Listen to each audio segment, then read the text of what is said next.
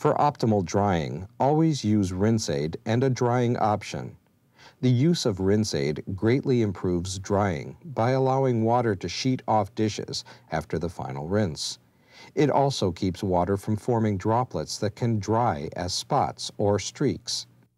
Proper loading can also affect drying. Refer to the Loading for Best Performance video.